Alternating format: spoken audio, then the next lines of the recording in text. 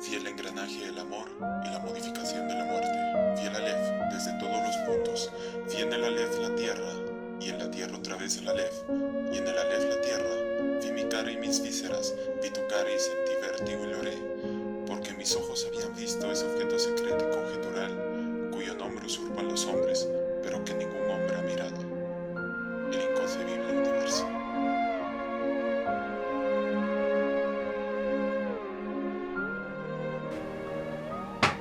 Así, Borges escribe una de las experiencias más insólitas abordables en nuestra imaginación, algo que ninguna ciencia o arte ha podido desentrañar, la perspectiva total del universo. El autor dio como nombre a esta experiencia el Aleph, y naturalmente también dio nombre a una recopilación de sus relatos, pero no solo a ellos, puesto que también da nombre a este canal. Así que no se me ocurrió mejor forma de comenzar este canal que hacer un vídeo a modo de reseña, crítica y descripción de tanto el cuento como la recopilación, que a mi parecer me parece la obra culminante de uno de los mejores autores del siglo pasado. Y bien, sin más dilación, les presento el Aleph.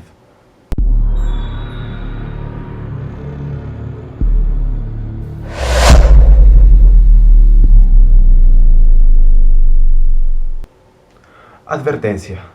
El siguiente vídeo trata contenido que podría ser catalogado como spoiler o destripe. Bueno, como ya indiqué al inicio del vídeo, el Aleph es una recopilación de cuentos, 17 para ser exactos, publicados en Argentina el año de 1949 por Jorge Luis Borges. Creo que hay una reedición del mismo autor, el 1979. Pero, ¿qué hace especial estos cuentos? ¿Qué hace que estos sean parte de un mismo corpus? ¿Qué los diferenciarían de los contenidos en otra recopilación como los ideaficciones? Pues es fácil responder a todas estas preguntas diciendo que estos cuentos explotan la inverosimilitud de lo cotidiano, de nuestra realidad, de objetos de todos los días, de ideas que se nos presentarían en el trajín diario, y de ellos el autor construye una visión completamente distinta al momento de leerlos. Así, mientras en ficciones Borges construye una narrativa a partir de artificios de mundos que desbordan lo real, en el Aleph utiliza nuestro mismo mundo para describir lo complejo que es y que nos invita a reflexionar si de verdad lo conocemos como creemos. Esto último es especial porque intentaría probar un punto interesante, el de si la realidad supera la ficción, cosa de la cual estoy muy de acuerdo, ya que resulta más fácil atreverse a imaginar que a conocer verdaderamente. No obstante, estos cuentos presentan ciertos elementos inauditos que desbordan la fantasía, pero lo que podrá diferenciar a estos de los trabajados en el realismo mágico que todos conocemos de autores como García Márquez o Cortázar sería que estos no son el acompañamiento ambiental de la trama o medios para desarrollarla, sino son la trama en sí misma, o el punto clímax de la obra, que se presenta como algo fuera de lo común a percepción propia de los mismos personajes y que sin duda marca un antes y después en los sucesos relatados. Antes de abordar el relato homónimo contenido en el libro, que a mi parecer es el eje central para entender toda la obra en conjunto, quisiera hablar un poco del autor y su estilo. Si algo caracteriza al estilo borgiano, es una prosa rica en elementos referenciales, que denota la vasta densidad de la biblioteca de Borges. Pero ¿a qué me refiero con esto? Bueno, el autor es un polímata, alguien conocedor de los autores filosóficos, de los historiadores más exhaustivos, de aquellas sombras intelectuales del pasado. Y no pierde oportunidad para plasmar este gran conocimiento y un gran bagaje cultural en sus propios relatos. Esto tiene un gran punto positivo, y es el que construye una narrativa más profunda que enfrenta al propio lector, explotando su sensación de descubrimiento e iluminación, pero sobre todo señalando lo mucho que no conocemos. No obstante, el punto negativo es que no lo hace un autor amigable para cualquiera. La verdad es que el relato pierde mucha gracia si no comprendemos el contexto evocado, por lo que recomiendo tener una idea aproximada del tema y contexto antes de iniciar su lectura, para mayor disfrute, claro está. A continuación, comenzaré a describir y analizar el cuento El Aleph, repitiendo que este parece ser el engranaje principal de la recopilación. Este cuento toma el nombre de la primera letra del alfabeto hebreo, un signo con tanto simbolismo esotérico como religioso, ya que este es parte de la cábala judía. Y bien, el cuento comienza con la nostalgia de un Borges figurativo quien recuerda a su amada Beatriz, ya muerta en tierra, pero más viva en los recuerdos del protagonista. Así, este Borges suele visitar cada cierto tiempo la vieja casa en la calle Garay de quien fuese su amada. Allí siempre le espera Carlos Argentino, pariente de Beatriz. Toda visita con él es fría y con cortesía forzada. Sin embargo, llega el momento en el que Carlos Argentino, en vista de la inminente demolición de la vieja casa, decide mostrarle a nuestro personaje lo que describe como una esfera de 2 o 3 centímetros de diámetro en pleno sótano. Carlos Argentino, por alguna razón que solo se puede llegar a especular, le llamó a esto el Aleph, un espejo y centro de todas las cosas, donde todo confluye y se refleja, una vista al universo y su complejidad. En él el protagonista divisa todo tipo de alusiones, desde ejércitos, animales, paisajes y eras, incluyendo la tenue figura de Beatriz. No se sabe qué es exactamente el Aleph, pero lo que sí se sabe que es la representación más caótica e imaginable, la misma realidad vista desde todos los ángulos, algo que plasmado en lírica de un aficionado como Carlos Argentino lo llevó a ganar el segundo lugar de un concurso nacional y que dejó a nuestro Borges con solo el conocimiento de que la pretensión de totalidad es imposible, que por más que quiera no podría entender el universo y que no hay filosofía absoluta que lo abarque. El mensaje del relato ciertamente es difuso, pero a la vez claro, porque fija que la mente solo puede soportar tal infinidad de elementos que fluyen sin orden aparente a partir de la construcción de cierta estructura impuestas por nosotros mismos. Al final dependemos de tal ficción metafísica, pero también al final la solución para encontrar la felicidad pareciera ser el velo del olvido. Fin. Y ahora, si bien es difícil comentar a Borges, puesto que no es de obras muy largas, sino más bien de ensayos, relatos cortos, etc., y esto requerirían de un análisis específico para cada uno, y dada su cantidad de repertorio literario y la densidad de los mensajes, esto alargaría mucho el vídeo, así que quisiera compartirles los 3 relatos que considero más importantes. Sin embargo, tengo que decir que no son necesariamente los más amigables para su comprensión inmediata. Requieren de varias relecturas. Y si no os gusta ese rollo, les recomendaría comenzar primero por Deutsches Requiem y Emma Suns. En fin, estos son los 3 relatos. El Zahir. Llega siempre el punto en nuestra vivencia donde tomamos a un objeto insignificante por obsesión y pensamiento recurrente a punto de embargar toda nuestra atención y no ser capaz de deslindarnos de su imagen mental. El Zahir, un nombre curioso con un trasfondo igual de curioso. En primer lugar, refiere a la voz árabe de Az-Zahir, algo que viene a significar alguna cosa que llama la atención a los ojos o algo brillante. Este nombre llegó a denominar varios objetos a través de la historia.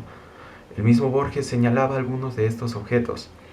Pero lo que importa es que el Zahir en la historia es una simple moneda de 20 centavos, una que toma toda la atención del protagonista y que se ve perdida voluntariamente en las manos de este en un arrebato de compra impulsiva, canjeada por una caña para ser específico. Todo eso para dejar de pensar en ella. Poco después, el protagonista verá su obsesión aún presente en su psique, y así comenzará la incansable búsqueda de lo absurdo. Cabe señalar que el protagonista encontró su Zahir inmediatamente después de haber muerto Teodelina, la mujer de la cual estaba enamorado y que de hecho no le correspondía. Ella era su amor imposible. Teodelina, a su vez, es representada como una persona que vivía obsesionada por estar constantemente a la moda, lo cual le resultaba angustiosamente imposible, ya que la moda, por definición, es lo constantemente cambiante. Pero hay algo más. El nombre Teodelina significa en griego Dios hecho visible, Theos, Dios, Delos, visible o manifiesto. Así él es un sinónimo por sí misma de Zahir, concepto que en el Islam refiere a un aspecto exterior, exotérico y lo religioso. El protagonista simplemente ha cambiado una visibilidad de Dios por otra.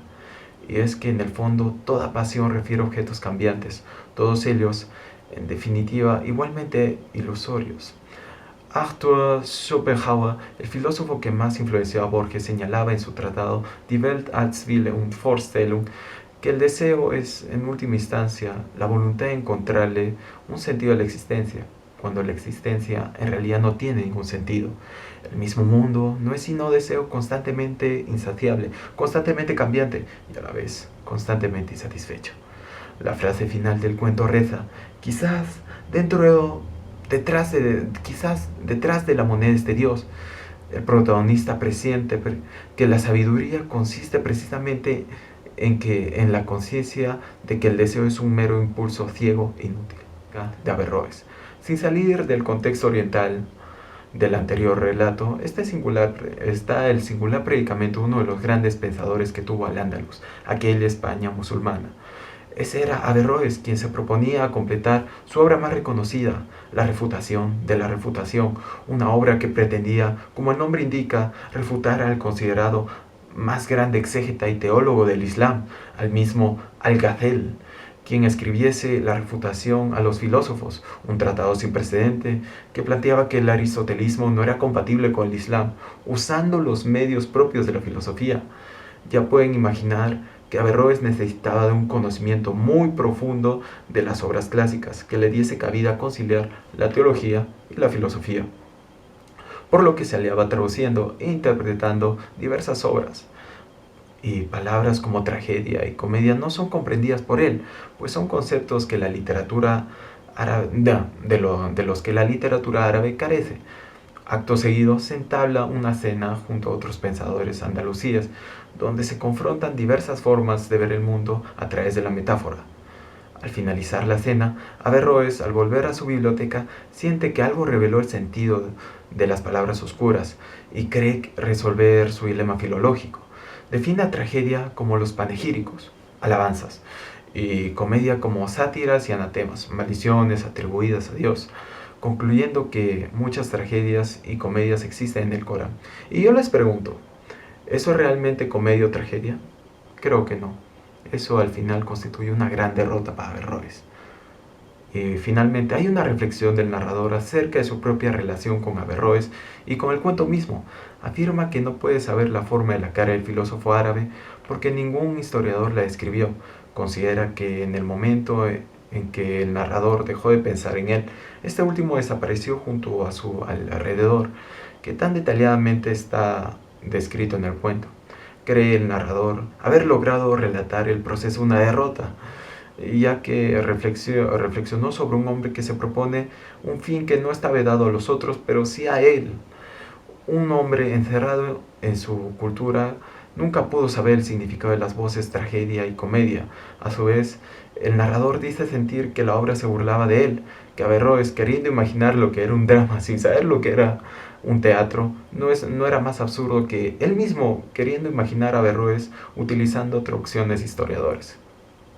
En fin, este relato nos ofrece la oportunidad de revivir el pasado, a fin de seguir inventando el presente, pues el cuento se dirige no solo a un presente misterioso, sino a un pasado igualmente enigmático. Y el enigma del pasado nos reclama que lo releamos constantemente. La casa de Asterión. ¿Alguna vez en su vida no se quedaron satisfechos con una historia a punto de querer completarla o alterarla hasta estar completamente satisfecho con ella? Seguramente que sí. Y bueno, en este relato Borges hace lo propio con un clásico de la literatura griega, el mito de Teseo y el Minotauro, aquella travesía de un héroe arquetípico helénico por un laberinto enrevesado para dar caza a una bestia legendaria. El relato comienza con diversas cavilaciones de un ser atormentado por la incertidumbre y el desconocimiento que implica ser un ser solitario y morador de lo que el personaje cree que es todo lo existente. Incluso llega a plantearse la idea de ser el dios de aquel recinto. Lo que impresiona a esto es la profundidad filosófica y sentimental de las palabras del personaje, llegando fácilmente a entablar simpatía e incluso compasión de él. Sin embargo, se llega a un punto de ruptura con lo monótono de su vida. Parece que tiene compañía. El personaje no está solo y salta su curiosidad a saber de quién se trata. Así, se desentrama un trágico final al más puro estilo edípico, con un extraño que con gran ferocidad acomete y asesina al personaje sin aparente razón. La inocencia de un ser no versado en el bien y en el mal, enfrentada a los intereses egoístas de los hombres. Era la espada de Teseo. Nuestro solitario personaje resultó ser el Minotauro. Y bien, al final, ¿quién resultó ser la bestia? Esos fueron los 3 relatos que les recomiendo encarecidamente leer y desentrañar acerca sobre todo su bagaje reflexivo. Para finalizar, quisiera decir que este libro es una perla de la literatura moderna, que cuenta con muchas referencias a la cultura, que perfilan un mayor disfrute de los hechos narrados. De hecho, podría decirse que es una ventana a aquello que nos hace humanos, el imaginar perspectivas de civilizaciones tan distantes, ponerse en los zapatos de personas con ideologías o creencias tan dispares, salir del marco espacio-temporal que nos asfixia y conocer tan solo un grano de arena en lo que es vivir. Eso es el Aleph, lo que a través de una recóndita vista pretende abarcarlo todo, desde todos los ángulos y desde todas las dimensiones. Lo que la mente no puede abarcar, pero en un esfuerzo sin sentido busca alcanzar y entender. Y dime, después de escuchar esto, ¿te animarías a leerlo? Y si ya lo leíste, ¿qué te pareció este libro? Cuéntame, ¿tienes algo más que agregar? ¿Cuál fue el cuento que más te encantó? ¿Quieres que hable más de Borges, sus ficciones tal vez o alguna de sus otras obras? Pueden dejarme sus comentarios abajo. Para sugerencias estaré siempre atento y si son preguntas trataré de responderlas a la máxima brevedad posible. Soy Alejandro y este fue el primer vídeo de la Aleph. Muchas gracias por su atención. Denle like si les gustó y dislike si no. Recuerden suscribirse y darle a la campanita para estar al pendiente de nuevos vídeos. Nos vemos, cuídense.